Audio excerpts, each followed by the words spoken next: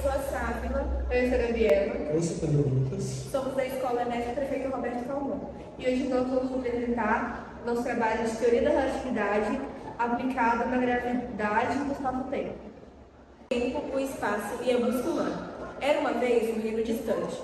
Neste reino havia um medidor real, que em cada década ele media o reino, de norte a sul e de leste a oeste. Mas havia um diferencial. De norte a sul ele media em metros e de leste a oeste ele media em pés.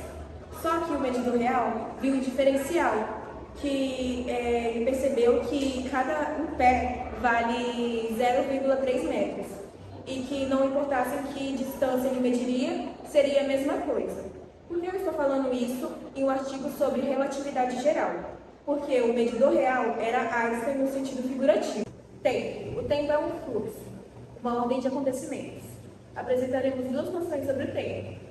A primeira noção é que o tempo não é uma entidade autônoma. O tempo é uma ordem de acontecimentos. Noção 2. O tempo é uma ordem autônoma. Ele flui a todo custo. O espaço. O que é o espaço?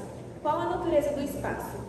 Vamos conceituarmos duas formas sobre o espaço. Noção 1.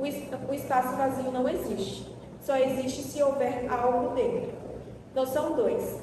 Só existe um espaço vazio. Não precisa haver alguma coisa dentro. Na visão clássica, a física ela se baseava em teorias de pensadores antes de Albert Einstein. O tempo e o espaço eles eram absolutos. O tempo e o espaço eles eram medidos igualmente em todos os cantos do universo. Isso parecia ter sentido no cotidiano da época. Isaac Newton, no século XVII, ele fez as suas 3 leis, que explicavam desde a queda de uma maçã ao movimentar de planetas. Só que havia um problema. Ele acreditava que a gravidade ela era instantânea.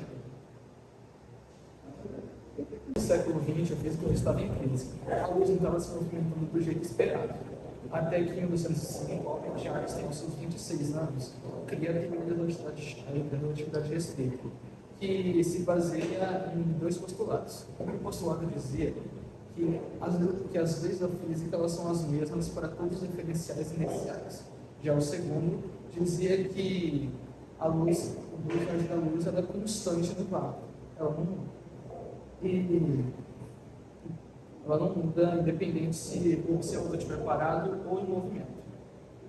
Essa parte do observador parado em movimento pode parecer estranha em altas velocidades, já que aqui na Terra a gente está acostumado a somar as velocidades.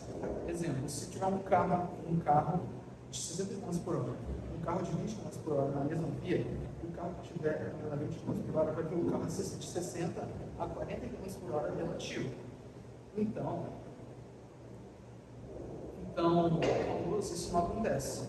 Mesmo se tiver uma velocidade altíssima, beirando a luz sempre vai ter a mesma velocidade de 300 milhões de metros por segundo. Nem mais, nem menos.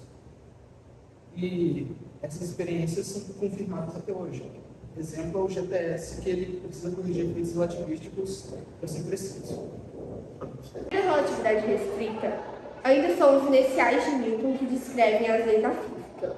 E isso gerou um problema. Por quê? Porque na gravitação de Newton, a gravidade é algo instantâneo. E isso não faz sentido na relatividade. E para resolver esse problema, Albert Einstein criou a teoria da relatividade geral, que estende a todo tipo de movimento. Agora a gente tem massa inicial, massa gravitacional, a massa inicial e a massa gravitacional. A massa inicial, ela está ligada à resistência que o corpo faz quando está caindo. E a massa gravitacional, ela é a força que o objeto faz quando ele está mudando de movimento. O princípio da equivalência é um princípio fundamental para a gente compreender a teoria da relatividade geral. Ele diz que é impossível distinguir um campo gravitacional de um diferencial acelerado. É como se eu estivesse no elevador espacial e ele está indo para cima rapidamente. Eu vou sentir como se eu estivesse na Terra, mesmo não havendo gravidade. A teoria da relatividade geral também afeta a nossa compreensão do tempo e do espaço. A gravidade afeta o tempo fazendo com que ele passe mais lentamente com lugares com mais gravidade e em referência à Terra.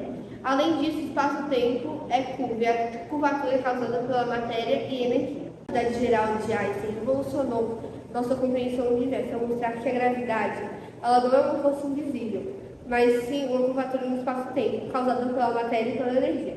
E o tempo e o espaço não são fixos, mas sim afetados pela gravidade e pelo movimento relativo. A realidade pode ser diferente do que os nossos sentidos percebem.